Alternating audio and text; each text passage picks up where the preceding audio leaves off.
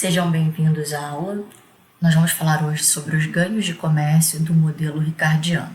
Uma outra forma de entender o ganho de comércio é utilizar os conceitos de produção direta e produção indireta, pessoal. Considere o país doméstico, pessoal. Há duas formas também de obter o bem Y. Vamos avaliar as duas formas de obter o bem Y. A primeira por meio de produção direta. 1 hora de trabalho no setor Y proporcionar B unidades de Y. 1 hora vezes a produtividade daquele setor Y. A segunda forma é por meio de produção indireta. 1 hora de trabalho do setor X proporciona A unidades de X, que pode ser transformadas em unidades de Y, vendendo ao preço internacional e comprando o bem Y no mercado mundial.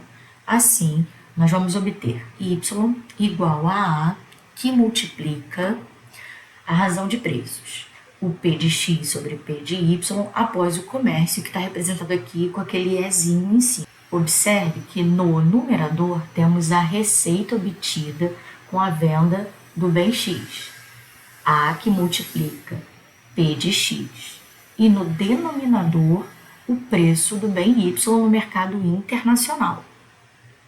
O que é mais valioso, a produção direta ou a produção indireta? A resposta, obviamente, é a que proporciona a maior quantidade de Y. Então, se B é menor do que A, que multiplica a razão de preços que eu acabei de falar, a produção indireta é melhor porque fornece uma maior quantidade por 1 hora de trabalho. Note que, se B é menor do que A, que multiplica essa relação, a gente pode reescrever isso. P de X sobre P de Y é maior do que B sobre A, que é igual a P de X sobre P de Y. Isso significa que o país doméstico tem vantagem comparativa no bem X, isso é, não tem vantagem comparativa no bem Y. Portanto, pessoal, a produção indireta do bem Y é maior do que a produção direta, sempre que o país tem desvantagem comparativa no bem Y. Na realidade, exportar é uma forma de produzir o bem importado. Isso é, semelhante ao papel de uma função de produção tradicional. O quadro que eu vou mostrar a seguir apresenta as duas funções de produção. Bom, pessoal, como eu falei, exportar é uma forma de produzir o bem importado. Vamos analisar aqui. A função de produção usual, eu pego um insumo, aplico a tecnologia, que é a função de produção, e produzo Y. Já na produção via comércio, eu tenho o X, que é a exportação, eu vou exportar o bem X. Eu tenho o comércio, que vai representar para mim a função de produção, e eu vou então importar o Y. Produzo X, eu tenho maior vantagem, comercializo X, ganho o dinheiro e importo Y. Essa aqui é a forma de exportar essa é a forma de produzir mediante a importação. Eu produzo o que eu tenho mais vantagem, pego o dinheiro, né, eu ganho dinheiro com isso, e eu compro o que eu tenho menos vantagem, ou seja, eu importo Y. Vimos, pessoal, anteriormente que o ganho do comércio pode ser visto observando o país atingir uma curva de indiferença mais distante da origem, indexado a um nível maior de utilidade. O ganho do comércio, então, também pode ser interpretado como uma ampliação do conjunto de possibilidade de consumo, assim como é demonstrado aqui nesse gráfico para vocês. Assim, quando o preço relativo de um bem X aumenta, a curva de renda nacional se desloca para cima, como está aparecendo aí no gráfico na tela para vocês. Agora, quanto maior o preço relativo do bem exportado, com vantagem comparativa, mais se desloca a curva de renda nacional gerando o maior ganho de comércio, como eu vou mostrar no gráfico a seguir para vocês. Como vocês podem ver, com o Pzinho, quer dizer, depois do comércio crescente, o bem-estar do país aumenta porque ele vai atingindo curvas de utilidades maiores. Então, o 2 é maior que o 1 e o 3 é maior do que o 2. Então, você tem um ganho aqui de bem-estar que pode ser visto no gráfico na tela. Vamos agora falar sobre os salários relativos e a vantagem comparativa. Até agora, o modelo ricardiano não fez referência ao nível de salários dos países. No entanto, é comum ver notícias que a competitividade da China é devido a baixos salários. Por que, pessoal, então, não falamos de salários? Vamos introduzir aqui o papel dos salários no modelo ricardiano. Observe os dados que estão aparecendo na tela para vocês. O país doméstico tem vantagem absoluta nos dois bens, pois sua produtividade é maior na produção dos dois bens. 6 contra 1 no bem X e 3 contra 2 no bem Y. Nota-se também que o país doméstico tem vantagem comparativa na produção de X, pois é 6 vezes mais produtivo no bem X e apenas 1,6 vezes mais produtivo no bem Y. Assim, pessoal, é relativamente mais produtivo no bem X do que no bem Y. Portanto, o país doméstico se especializará no bem X, lembrando da hipótese de concorrência perfeita, que em equilíbrio o preço é igual ao custo médio e o salário real é igual à produtividade marginal do trabalhador.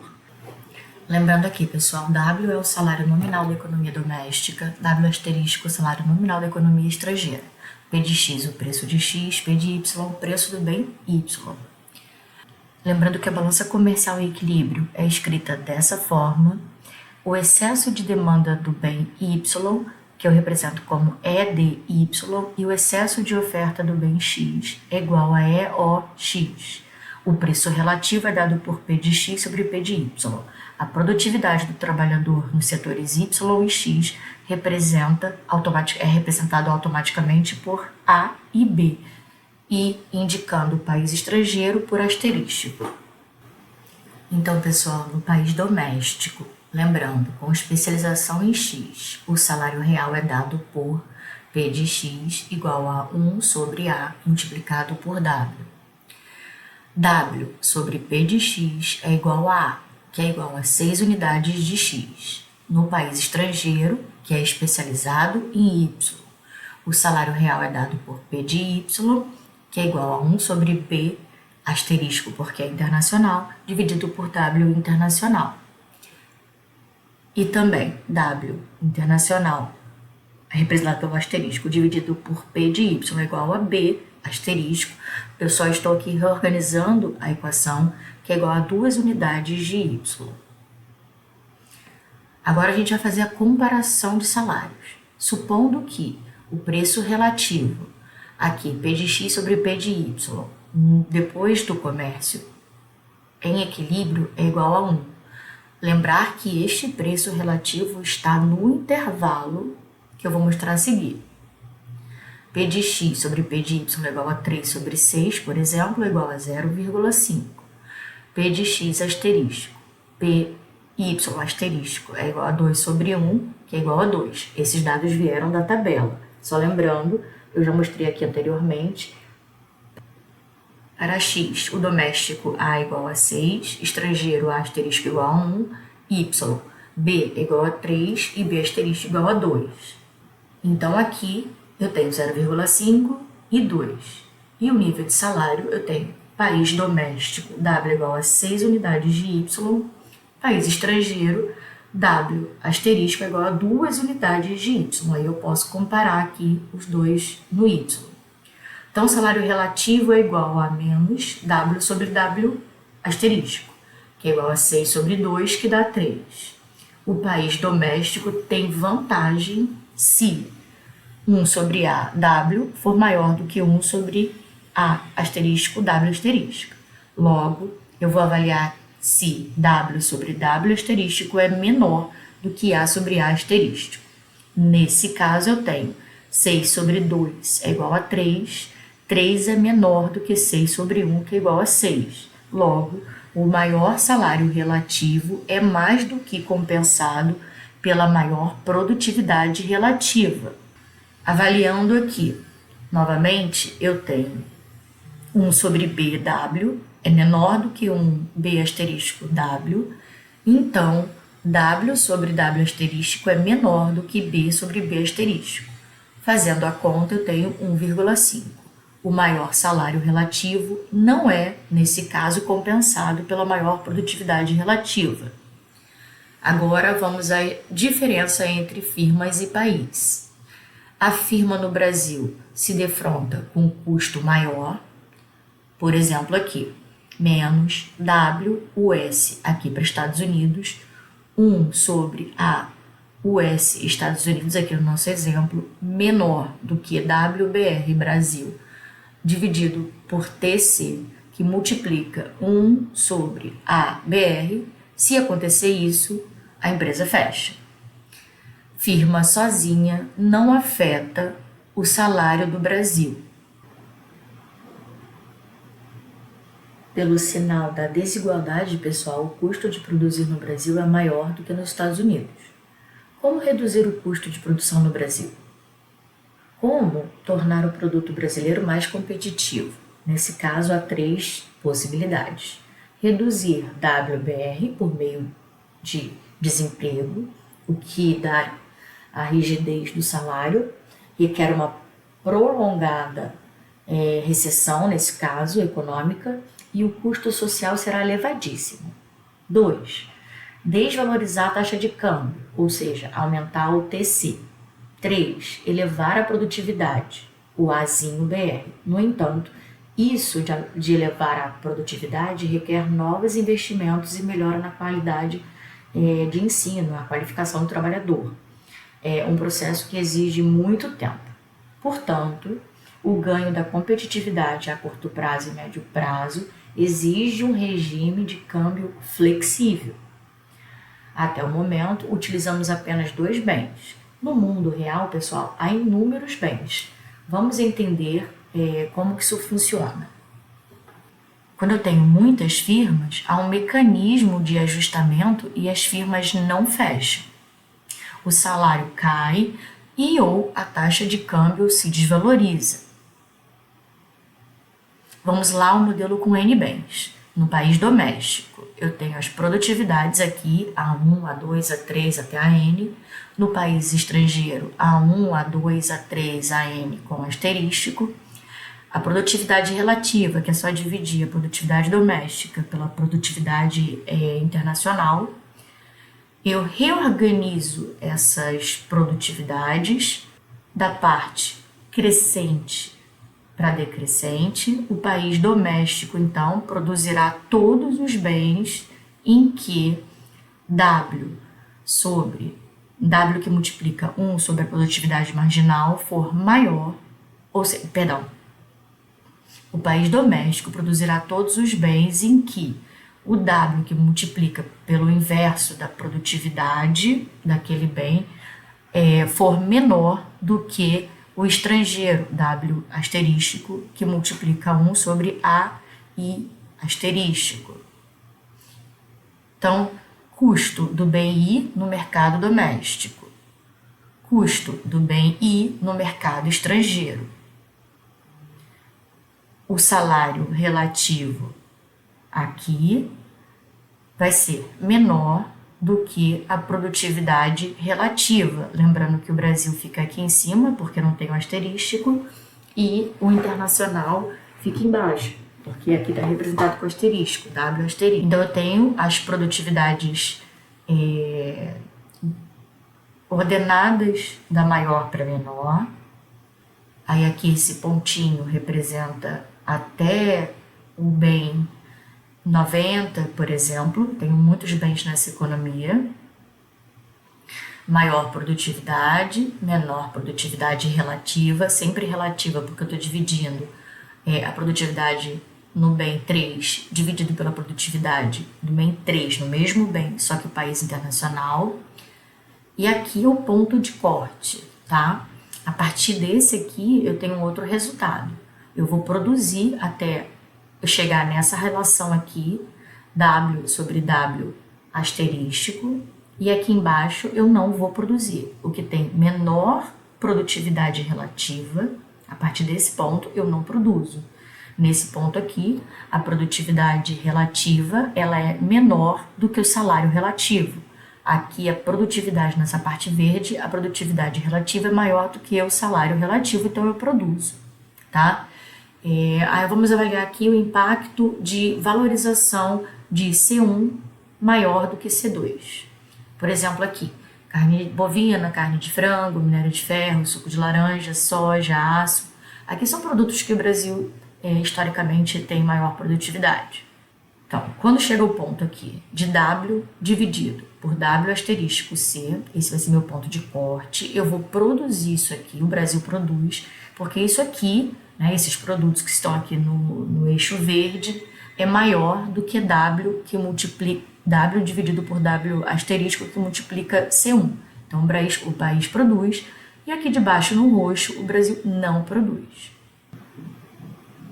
Como eu falei para vocês aqui, essa linha vermelha representa o fato de que a produtividade relativa vai ser igual ao salário relativo. Isso está ligado com aquela questão da concorrência perfeita, e uma das coisas que você impõe, né, e no início do modelo, do modelo, como a gente viu, de concorrência perfeita, é exatamente isso, que o preço vai ser igual à produtividade. A questão aqui vem da concorrência perfeita da teoria de microeconomia. Aqui, por exemplo, se eu tenho a produção até a primeira linha vermelha aqui, a seta vermelha, se eu tenho uma valorização cambial, passa a ser interessante produzir calçado e vestuário, por exemplo, quando eu tenho uma valorização cambial. Alguns produtos que eu não produzia, porque não valia a pena, eu passo a produzir, tá?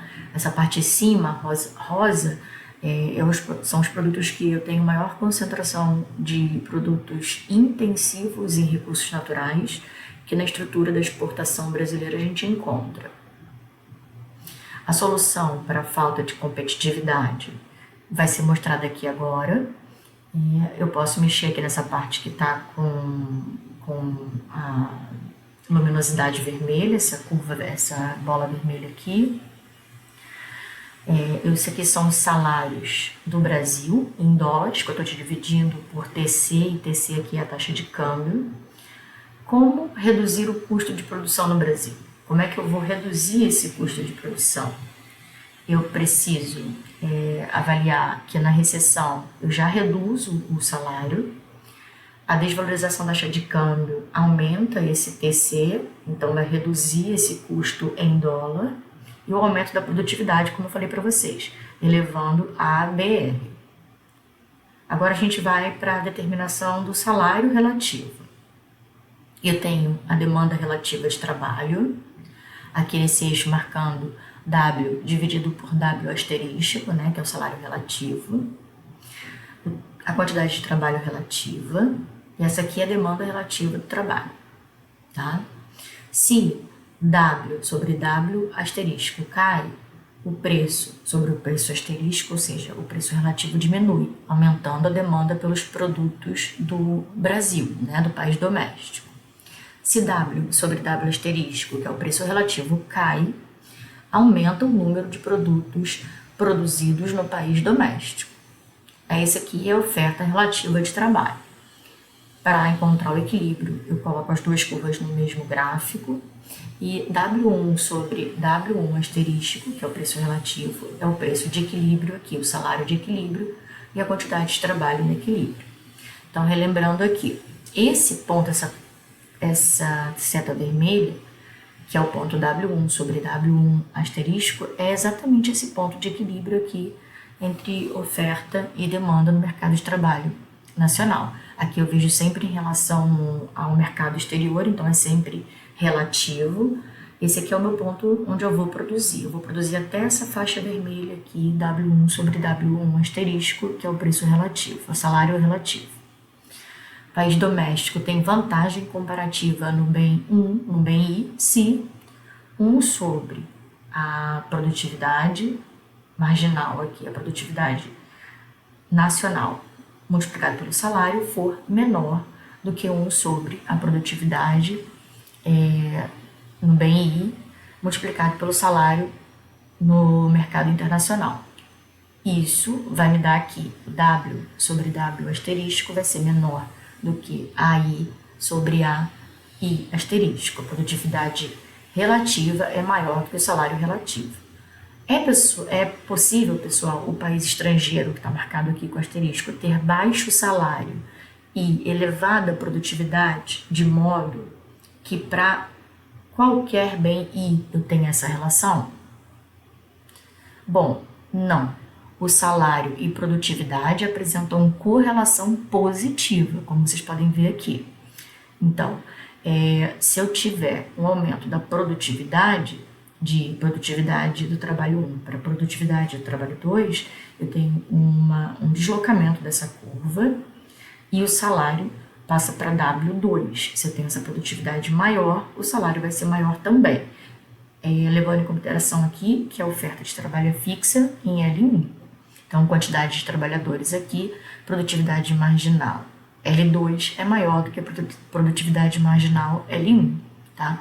Esse aqui é um gráfico do livro, eu estou no capítulo 3, 3.5, essa figura da produtividade e salário, uma relação, dados reais captados aqui, e tem países como México, Brasil, Coreia do Sul, Japão e Estados Unidos. Essa relação é positiva, como vocês podem ver, tá? A Coreia do Sul está aqui em um patamar maior do que a Filipinas, isso em 1975. Aqui eu tenho uma análise da produtividade dos salários que são correlacionados de 1973 a 2011. E a gente vê aqui resultados para a França, para a Coreia, Itália, Taiwan, Japão e Estados Unidos. Tá? Aqui uma análise de dados para o salário e produtividade em 2010. Por que a China seria diferente? O gráfico que está aparecendo na tela para vocês mostra também que em 2010 os países com maiores produtividades apresentaram maiores salários. Essa relação não é direta, pois na medida de salários estão incluídos os benefícios sociais, tais como a assistência, a saúde, a previdência, que diferem entre os países. Alguns analistas, pessoal, afirmam que a China seria diferente. Dado o elevado número de trabalhadores disponíveis na área rural, a produtividade na manufatura deveria aumentar sem elevar os salários da indústria, setor urbano, por exemplo. Agora vamos falar um pouco sobre o custo de transporte. Para consumir um bem importado, temos que pagar o custo de transporte. O que acontece se introduzirmos o custo de transporte no modelo ricardiano? Sem custo de transporte, pessoal, o país doméstico importará o bem I se W multiplicado por 1 sobre a produtividade no bem I for maior do que W asterístico, que multiplica 1 sobre AI asterístico, o internacional. Introduzindo o custo de transporte, que eu chamo de CT, como custo adicional, a gente pode ter essa relação que vocês estão vendo na tela. Menos W sobre 1 menos W multiplicado por 1 sobre AI menor do que W asterístico, que multiplica 1 sobre AI asterístico mais o custo de transporte. A gente está introduzindo o custo de transporte na mercadoria I. Isso significa, pessoal, que apesar do custo de produção do bem I no país doméstico ser menor do que comparado ao país estrangeiro, o custo de transporte torna o custo do consumidor em consumir o bem importado maior do que o custo de produção no país doméstico. Portanto, o custo de transporte, pessoal, representa uma barreira ao comércio. Por esse vídeo é só, pessoal. A minha base aqui foi o capítulo 3 do livro e eu espero que vocês tenham aprendido. Até breve.